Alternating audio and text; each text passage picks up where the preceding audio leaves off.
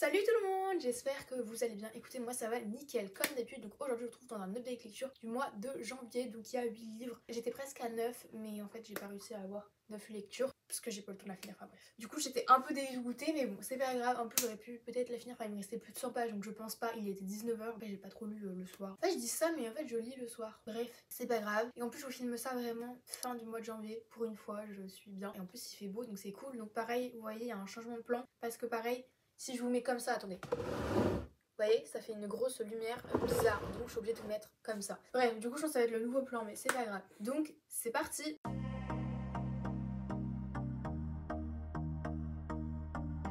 Pour commencer, donc si vous avez regardé mon avis de lecture du mois de décembre, vous avez vu que j'avais lu la partie 1 de Un jour de nuit tombée, donc forcément là j'ai lu la partie 2. Donc aux éditions j'ai lu de Samantha Shannon et je savais pas, mais j'ai vu ça en librairie quand je suis allée qu'ils avaient changé aussi le dos, j'ai lu ici. Du coup j'ai un peu le seum parce que du coup moi j'ai le gris et j'ai celui-là. Bon c'est pas grave parce qu'ils sont pas ensemble dans la bibliothèque, enfin on verra quand je ferai une réorganisation, mais pour le moment ils sont pas ensemble donc c'est pas gênant. Donc je vais faire un résumé du coup forcément du tome 1, enfin de la partie 1 du coup, parce que de base c'est un tome entier, mais enfin du coup vu qu'ils sont en poche ils sont en deux parties parce qu'ils font presque 700 pages chacun. Mais du coup ça se passe 500 ans avant les événements du prieuré de l'Oranger, donc je vous conseille quand même de lire le prieuré de l'Oranger avant. Donc ça c'est le préquel, tome 0, mais il est sorti après le prieuré de l'Oranger. Mais après je l'ai trouvé plus simple que le prieuré de l'Oranger, donc je saurais pas vous dire quand il faut le lire, mais je vous conseille quand même de lire après le prieuré de l'Oranger parce que ça permet de mieux comprendre.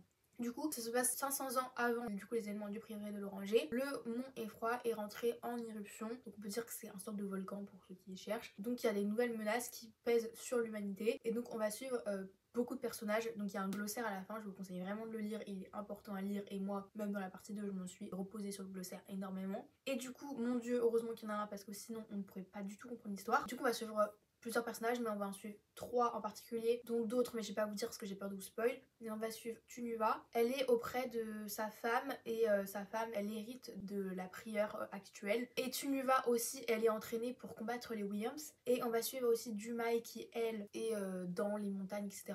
pour essayer de réveiller les dragons. Et on va suivre Gloriane, je ne sais pas, mais on va dire Glorian. C'est une femme, donc Gloriane, et elle est donc héritière du trône. Donc dans ce livre il y a plusieurs endroits, donc le nord, l'est, l'ouest et le sud, et sur tout cela il y a plusieurs royaumes ou rénomes, et donc là on suit surtout des femmes, ce qui change de toujours avoir point de vue femme-homme. Pour vous faire mon petit avis, parce que j'ai vraiment peur d'en dire trop, parce que ça c'est le tome 2, allez voir mon update lecture du mois de décembre si vous voulez. Du coup c'était un 4,75 étoiles, j'ai vraiment adoré. Si vous entendez du bruit c'est mon chien. Bref, il y a beaucoup plus d'action parce que ce qui était indiqué dans le synopsis du coup de la partie 1 arrive au début de la partie 2. Donc pour vous dire c'est vraiment très lent, c'est normal, il y a plus de 1000 pages, donc c'est normal que ça prend du temps à se mettre en place. Il y a des intrigues du coup politiques forcément. Le world building il est incroyable, je sais pas comment elle fait. Samantha Shannon m'a écrit un world building complexe mais qui reste accessible à comprendre. Parce que oui il peut faire peur, mais le world building je trouve qu'il est hyper accessible. Pareil pour le prieuré de l'Oranger. Pour la fantasy complexe adulte, même si je pense que c'est accessible young adulte. Bref, vraiment petit coup de cœur pour Glorian, j'ai beaucoup aimé son personnage, mais même si je les ai tous aimés à part un, mais au fur et à mesure, bon je vais vous dire qui c'est, mais c'est Wolf, je l'ai apprécié au fur et à mesure. À la fin du livre je l'adorais. Après j'ai eu un peu plus du mal avec Dumai, mais au niveau de l'intrigue, bah du coup je vous ai dit intrigue politique, intrigue avec des dragons, etc. donc pépite. Et niveau des plot twists j'ai été choquée parce qu'il y a des trucs genre je me suis dit mais pourquoi j'ai pas fait plus attention à ce genre de détails. Donc je pense que si un jour je relis le prieuré de l'Oranger ou Un jour de nuit tombée, ou les deux d'ailleurs, je découvrirai des choses parce que c'est tellement, il y a d'informations. Quand même niveau des informations c'est un world building très très riche et il faut s'accrocher tout le long du livre. Enfin, faut pas le lâcher parce que si tu lâches une fois après t'es perdu. Moi ça m'est arrivé de relire des pages pour être sûre de ce que j'avais lu. Et c'est un livre à la 3e personne, c'est pas à la première personne mais moi j'aime beaucoup c'est à la 3e personne. Si je me trompe pas j'ai lu Le Roi Maléfique de Holly Black, aux éditions Rajo dans la collection R. Donc enfin j'ai lu la suite du Prince Cruel. Ça fait je sais pas combien de temps que j'ai ça, c'était je pense le livre le plus vieux de ma palle parce que ça faisait 2 ans qu'il était dans ma palle, un truc comme ça, même si je crois que la passeuse de mots l'avait détrôné, je crois, je ne suis pas sûre. Bref, du coup je vais pas vous faire un résumé de celui-là, mais du coup le résumé du tome 1 du coup du Prince Cruel, parce qu'en fait si je vous fais le résumé du tome 2 je vous spoil direct le tome 1, donc je peux pas vous le faire. Du coup on suit Jude qui est une humaine qui n'est pas une fae et elle a été enlevée par son père plus jeune, donc elle arrive à Terra Fae et du coup elle est entraînée comme un fae, elle va combattre à l'épée etc. Sauf qu'elle va se faire un ennemi qui est le prince Cardan, je sais pas comment vous l'appelez, mais du coup moi je l'appelle Cardan. Elle va essayer de participer à un concours pour faire partie des gardes je crois du roi et va passer plein d'intrigues de cours etc etc.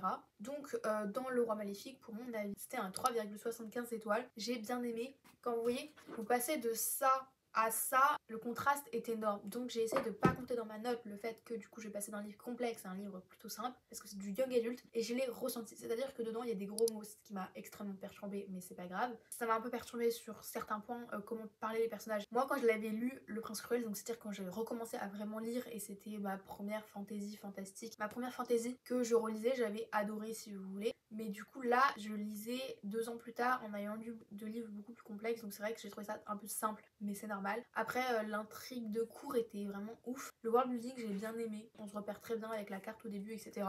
Et c'est vrai qu'au début, quand j'ai commencé à le relire, j'ai eu du mal parce que en fait, on plonge du tome 1 au tome 2 directement. Donc il n'y a pas d'explication. Donc c'est vrai que j'ai eu un peu de mal à me dire. Alors ces personnages c'était ça, ça, ça, donc j'ai eu un peu de mal à me repérer parfois dans les personnages. Mais ça l'a fait, comme vous avez pu voir, j'ai quand même aimé. Après, niveau des personnages, j'ai bien aimé, à part que le prince Cardan, je suis désolée, mais il se fait marcher dessus tout le long du livre. Donc à un moment donné, c'est bien gentil, mais à un moment donné, il faut un peu s'imposer. Ce qui m'a extrêmement énervé tout le long du livre, je vais pas vous le cacher. Au niveau des plot twists, bah il n'y a pas vraiment de plot twist incroyable. À part à la fin où j'ai été un peu choquée, mais sinon, non, il n'y a pas de truc incroyable. Mais je vais quand même lire le tome 3, ne vous inquiétez pas. C'était un bon livre quoi. Par rapport à ce que je m'attendais à un truc beaucoup plus incroyable et au final, j'ai été déçue. Mais parce que je me rappelais que j'avais adoré à l'époque. Désolé, mon chien il fait je ne sais quoi. Bref, j'avais adoré à l'époque parce que c'était genre hyper pour moi complexe en fait à l'époque. Ça fait 2 ans. Mais bref, c'était beaucoup plus complexe pour moi et du coup j'avais de meilleurs souvenirs. Parce que je crois que j'avais mis 4, 5 ou 5 étoiles, je sais plus parce que je notais très mal à l'époque. Je pense qu'on a tous fait ça au début quand on a repris la lecture ou quand on a commencé la lecture. On mettait tous nos livres 5 étoiles. Maintenant je suis beaucoup plus dure dans mes notes. Ça m'a mis livre. Ensuite, j'ai lu. Alors ça, c'était une déception, mais une déception. C'était Le Cirque des Rêves de Erin Morgenstern aux éditions Pocket. Donc j'avais pris ce livre parce que pour moi, c'était pour me remettre dans l'univers de Caraval, mais sans vraiment mettre. Mais je savais que c'était différent quand même. Après, j'avais déjà lu du coup La Mer sans étoiles de Erin Morgenstern et je savais qu'elle avait une plume assez poétique, mais j'avais pas non plus adoré. Genre maintenant, quand j'y repense, La Mer sans étoiles, je me rappelle de rien. Enfin, de pas grand chose. Donc dans Le Cirque des Rêves, je vais vous faire un petit résumé. Plusieurs chapiteaux et ils sont noirs et blancs, monochrome. Et c'est un chapiteau qui va voyager un peu partout dans le monde. Et donc nous, on va suivre Célia et Marco qui sont 2 illusionnistes. Là par contre, on se retrouve avec de la véritable magie. C'est pas comme les magiciens où ils sont faux magiciens, etc. Enfin, parce que ça n'existe pas la magie, que je sache. Sauf si vous y croyez, je sais pas.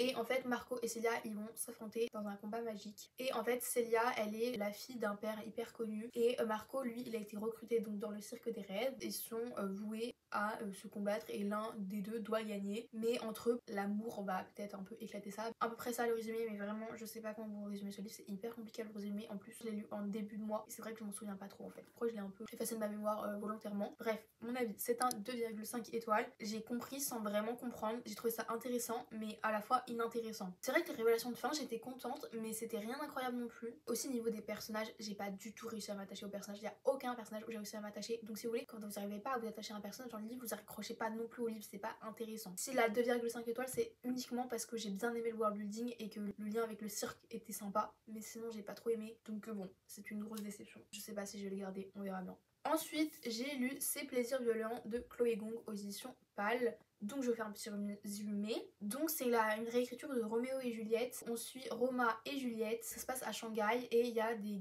guerres entre gangs. Juliette, elle est l'héritière du gang des Écarlates. Et Roma, lui, il est héritier du gang des Fleurs Blanches. Ils ont déjà été ensemble à l'époque. C'était son premier amour, Juliette, et sa première trahison également. Alors que Shanghai se plonge dans une maladie qui va plonger du coup la population dans la folie parce que c'est une maladie où ils vont se gratter au cou jusqu'à se tuer clairement. Juste le fait de comment ils se tuaient, ça me dégoûtait à chaque fois, mais bref. Juliette et Roma vont devoir se remettre à reparler et négocier et s'unir entre guillemets, enfin reprendre des relations amicales déjà pour essayer de sauver leur gang parce que là il y a tout qui va disparaître. Pour mon avis, c'est un 4 étoiles, j'ai vraiment aimé. Donc les personnages, je les ai trouvés hyper attachants. Trop aimé Juliette et Roma. D'ailleurs, ça m'a perturbée du coup parce qu'on dit Roméo et Juliette, du coup j'ai dit Roma, Juliette, Juliette, Roma. Alors ça m'a perturbée à chaque fois, mais tout va très bien. Au niveau du world building, je l'ai beaucoup aimé parce qu'en fait, c'est une réécriture de contes de Roméo et Juliette avec des inspirations du coup chinoises de Shanghai et ça se passe en 1920. Donc c'est hyper original, je trouve. Je m'attendais vraiment pas à ça et j'ai vraiment beaucoup aimé. La plume de l'auteur, elle était addictive, vraiment j'ai trop aimé. Je crois qu'on est à la 3e personne du singulier si je me trompe pas. Niveau des plot twists, je sais plus trop ce que j'ai dit, mais je crois que j'avais bien aimé et le rythme de livre, il était bien à part à des moments où je trouvais que les actions prenaient trop de temps et que j'aurais aimé qu'elles aillent plus vite. C'est-à-dire qu'il y a des actions, je me suis dit à un moment donné, enfin faut que ça se termine. Et au niveau de l'intrigue, donc bah forcément il y a un enemies to lovers avec du coup une intrigue politique. Et ce que j'ai énormément aussi apprécié, ce que j'ai lu parce que ça a été écrit en 2020, j'ai regardé, j'avais l'impression de me retrouver avec la pandémie de la Covid. Même j'avais vraiment l'impression de me retrouver avec une pandémie, c'était trop bizarre. Ensuite, j'ai lu Le Royaume de Pierre d'Angle de Pascal Quiviguer aux éditions Folio Fantasy. Donc comme je vous l'ai dit dans mon call, pardon, que j'allais le lire. Et donc là il est en train d'être lu par ma maman. Un petit résumé s'impose. Donc on va suivre Thibaut qui est le prince héritier du royaume de Pierre d'Angle. Et donc après 2 ans de navigation il va décider de retourner à Pierre d'Angle, donc dans son royaume. Et avant de retourner donc à Pierre d'Angle, il va aller dans plusieurs villes, sillonner plusieurs villes avant d'arriver à Pierre d'Angle. Mais lors d'un arrêt, une passagère clandestine va se glisser sur son bateau qui est Emma. Et donc au début il va l'accepter et elle va servir à avoir des tâches, etc. Et à un moment donné, un arrêt, il va apprendre que son père est décédé et qu'il va l'hériter de Pierre d'Angle. Ce qui doit arriver, je crois, 10 jours avant, parce que s'il n'arrive pas avant, c'est son cousin ou son demi-frère, je sais plus, qui va accéder au trône, ce qu'il veut absolument pas que ce soit son demi-frère, son cousin, je sais plus, qui accède au trône parce qu'il pourrait faire des choses juste horribles. Juste ça, déjà juste le début, il y a une aventure donc sur un bateau parce que pour rentrer ça va pas être de tout repos. Et ensuite on se retrouve directement avec une intrigue politique. Donc pour vous dire, il se passe pas mal de choses, sauf que Emma, elle accepte du coup de suivre Thibaut, mais Thibaut lui cache un terrible secret sur le royaume de Pierre d'Angle. C'était un 4 étoiles. Alors ce livre, je me suis jamais penchée dessus si personne me l'avait conseillé, enfin c'est pas, on me l'a pas conseillé moi directement, mais c'est la documentaliste de mon CDI, de mon lycée, qui l'a conseillé à ma maman et donc après on l'a pris quoi. Donc je l'aurais jamais pris parce que c'est vrai que c'est un livre qui m'a attiré, mais sans vraiment m'attirer. Et au final, mais quel regret, il était vraiment incroyable. Donc déjà les personnages, je les ai trouvés hyper attachants. J'ai beaucoup aimé en fait le personnage de Emma, de par son passé et la résilience qu'elle a avec son passé, que en fait elle avance malgré son passé qui est juste horrible et elle avance, elle y croit, c'est incroyable. Malgré qu'elle se mette dans un pétrin parfois pas possible, je la trouve vraiment courageuse et elle passe par-dessus les épreuves, etc. Et Thibaut, je l'ai trouvé assez sûr de lui, à vouloir essayer de sauver le monde. Du coup j'ai trouvé que les personnages ils étaient profonds, ils étaient bien construits, ils étaient hyper attachants. Au niveau du world building, il était incroyablement bien construit, j'ai adoré. L'histoire est super bien construite. Après niveau de la plume de l'auteur, c'est très profond ce qu'elle écrit et c'est super bien écrit, c'est super bien expliqué.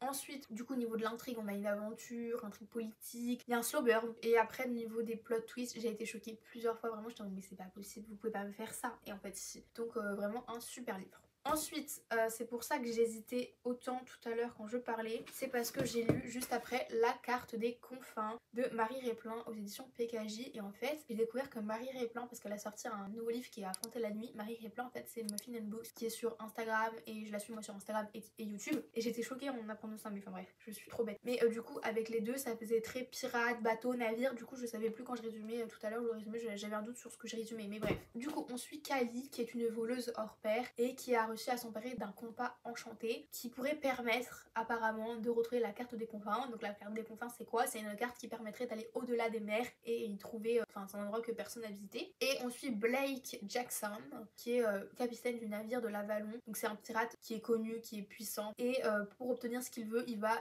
céder 2 Kali. Il va peut-être l'utiliser à ses dépens. C'est un bateau pirate où il y a que des hommes et du coup il y a que Kali, donc c'est assez bizarre sur ce point. Ça me perturbe de dire Kali parce qu'en fait j'avais mon chat, il s'appelait Kali. Bref. Au début c'est un peu compliqué parce qu'elle est pas trop acceptée mais à la fois elle est acceptée. Donc Blake va essayer d'avoir le compas. Sauf que Kali, elle, si elle essaye d'aller sur l'Avalon, c'est qu'elle essaye forcément de fuir quelque chose. Et du coup on va essayer de comprendre son passé qui est très sombre et qui pourrait être lourd et avoir des conséquences sur Blake. C'était un 3,5 étoiles, j'ai bien aimé les personnages. Les personnages étaient hyper attachants et que les personnages secondaires l'étaient également. J'ai beaucoup aimé du coup le world building sur la mer, etc. Les fantaisies maritimes, je suis en train de me rendre compte au fur et à mesure que j'aime beaucoup ça. Et du coup j'ai bien aimé parce que ça fait un peu genre chasse au trésor. Ça m'a un peu rappelé ma jeunesse. L'intrigue qui était bien. C'est super intéressant parce que c'est des pirates à la fois magiciens, donc c'est assez stylé. Mais j'ai trouvé que la romance prenait beaucoup trop de place par rapport à la lecture. C'est-à-dire qu'on oubliait, clairement j'avais l'impression qu'on oubliait l'aspect fantasy à côté. Je trouvais que la romance elle était là et il y avait que ça. Ça m'a extrêmement dérangée. Je trouvais qu'il manquait de fantasy. Et du coup la fin par contre elle m'a choquée. J'ai trop hâte de lire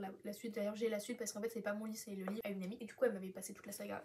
J'ai lu un livre qui n'est pas du tout de mon genre littéraire, vous allez très vite voir. C'est Hooked de Emily McIntyre, je ne sais pas. Il est en français aux éditions Plume du Web. Pour faire un petit résumé, donc c'est la réécriture de Peter Pan après avoir lu Les Disparus du Pays Imaginaire, qui était assez dark quand même, mais qui était de la fantasy. Là on est sur une dark romance. Donc la dark romance, comme vous savez, c'est pas du tout mon genre littéraire. Déjà la romance c'est pas mon genre littéraire. mais ça m'arrive d'en lire quand même pour un peu casser avec la fantasy. Parfois j'ai besoin de casser un peu parce que bah il y a besoin hein. Donc avec Hooked, réécriture de Peter Pan, voici avec Wendy et le capitaine Crochet, parce qu'en fait Wendy son père c'est Peter et James c'est Hooked. En fait son nom c'est James mais on l'appelle Hooked. Donc lui son objectif de vie c'est de détruire son ennemi qui est Peter, parce que Peter, le père de Wendy, a tué toute sa famille. Donc lui c'est tout ce qu'il veut, c'est sa vengeance. Voilà, je peux décrire comme ça ce personnage, il n'y a pas de façon de le décrire. Et on va suivre Wendy d'à côté qui est auprès de son père, qui est un peu la surprotégée de son père, etc. etc. Donc Hooked c'était un 2 étoiles. Est-ce que ça vous surprend? Non, moi non plus ça me surprend pas. Je vais pas descendre le livre parce qu'il n'y a pas à descendre un livre comme ça, et je l'ai pas lu pour le descendre, je l'ai lu pour le découvrir et pour sortir de ma zone de confort, et j'ai été quand même intriguée de découvrir la dark romance. J'en ai lu très peu, enfin j'ai lu Captive mais je sais pas si on peut dire c'est de la dark romance. Pour revenir à Hooked, je vais réussir. En fait je l'ai lu très rapidement, soit j'ai lu rapidement parce que c'était addictif, soit je l'ai lu parce que je voulais vite en finir.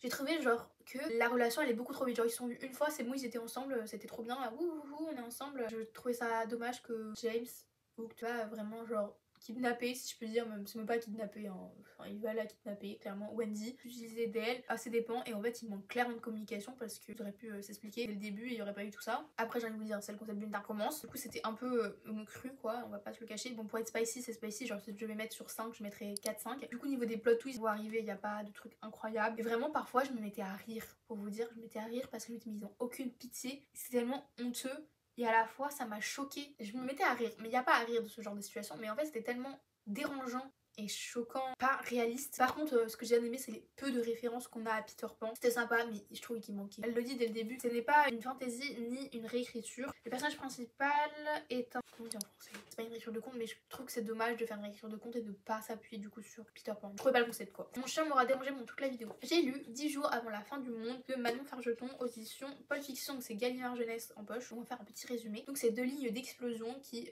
en train de terrasser la terre, donc dire que ça va être la fin du monde. On ne connaît pas l'origine de ces lignes qui se regroupent, mais on sait qu'elles se rejoindront sur notre côte atlantique. On va suivre 6 personnages, on va avoir plusieurs points de vue, et donc ils vont se réunir par le signe du destin et ils vont peut-être essayer de passer ces 10 derniers jours ensemble. Donc voilà, il n'y a pas plus à dire. C'était en 3 étoiles, donc déjà dès le début on suit les personnages et ils apprennent du coup la nouvelle, donc on suit comment les personnages vont trouver la nouvelle. Moi j'ai bien aimé suivre des personnages, enfin, j'ai trouvé tous les personnages attachants, même les personnages secondaires à part un personnage. Je voulais le tabasser. Donc c'est Gwenaël. Je suis obligée de vous en parler. Gwenaël. Alors Gwenaël, en fait c'est un écrivain et il se dit que je dois absolument finir mon histoire avant les 10 jours avant la fin du monde. À un moment donné il dit oui c'est bon je vais arrêter et tout. Quelqu'un va retrouver, enfin Liliane si vous voulez, va retrouver son manuscrit parce qu'il va le lancer à un moment donné et il va finir par finir son histoire, sauf qu'en fait il va ignorer tout le monde et il va même en oublier sa femme Sarah, et limite il y a que son livre qui existe et il y a rien d'autre, malgré que la fin il s'améliore. Dès que j'avais son point de vue je voulais juste le balancer, d'accord, je ne pouvais pas me supporter ce personnage. Donc au début ça se passe à Paris et donc ils vont se déplacer au fur et à mesure sur la route, donc après ils vont se retrouver, enfin je vais pas vous dire tout parce que sinon je vous spoil tout. Ce que j'ai trouvé un peu dérangeant c'est qu'ils trouvent les solutions hyper facilement, c'est à dire que dès qu'ils ont un problème la solution elle arrive en un cliquement de doigt. Bon après ça peut paraître normal mais je trouve qu'il y a des trucs qu'ils auraient pu ne pas trouver solution. Après quand ils arrivent en Bretagne du coup c'est un peu le chaos, c'est un peu apocalyptique parce que vraiment le plot twist 10 jours avant la fin du monde, l'intrigue apocalyptique est assez folle et a un pari assez risqué, et du coup tout le long du livre chaque chapitre on a du coup un compte à rebours. Mais